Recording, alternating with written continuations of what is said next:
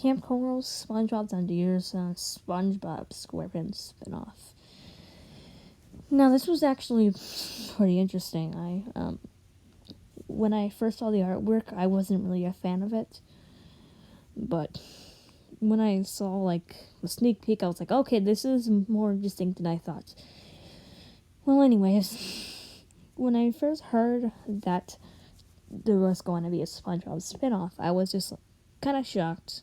I mean, I wasn't so shocked. I was actually just kind of surprised. I was like, not, you probably don't really know, honestly, but I was actually kind of glad about it.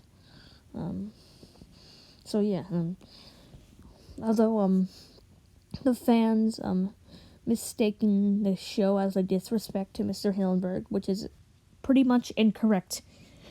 The reason why is because a SpongeBob team member actually mentioned that he actually knew about the spinoff. And in fact, he actually most likely didn't even hate the idea.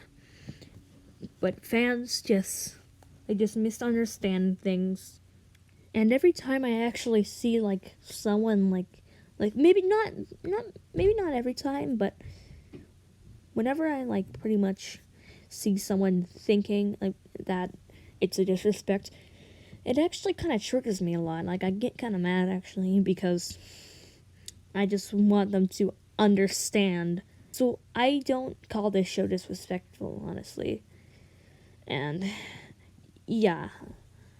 Because I wouldn't really think a whole company would disrespect something like that. Because I'm pretty sure Nickelodeon cares about the creator, and, yeah. Anyways, I'll talk about the show now. Now, my opinion on this show is it's actually better than I expected. Although when I saw the first sneak peek of it, I wasn't such a fan of the shading. Like, it looks really unfinished, and I wasn't such a fan of it at that time.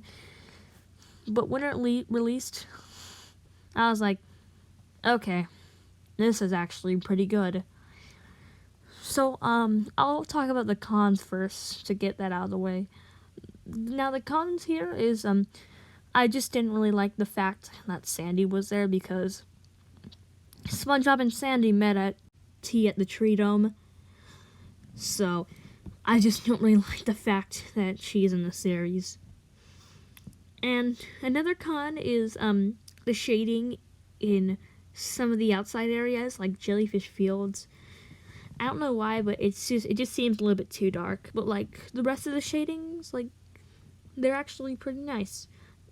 Now, I'll talk about the good things about the show now. Now, I really love the character designs because I don't know why, they're just pretty cute, and I just makes me entertained, and I like to see this. It's actually pretty better than I expected, and I would really actually recommend this to people, even early SpongeBob fans, even OGs.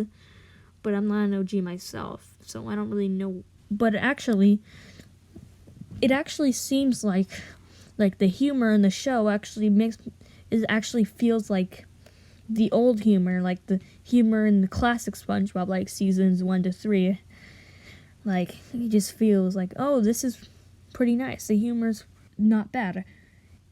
And honestly, in my opinion, the series is actually better than the Kamp Koral scenes in the third movie because of the character designs and the voices.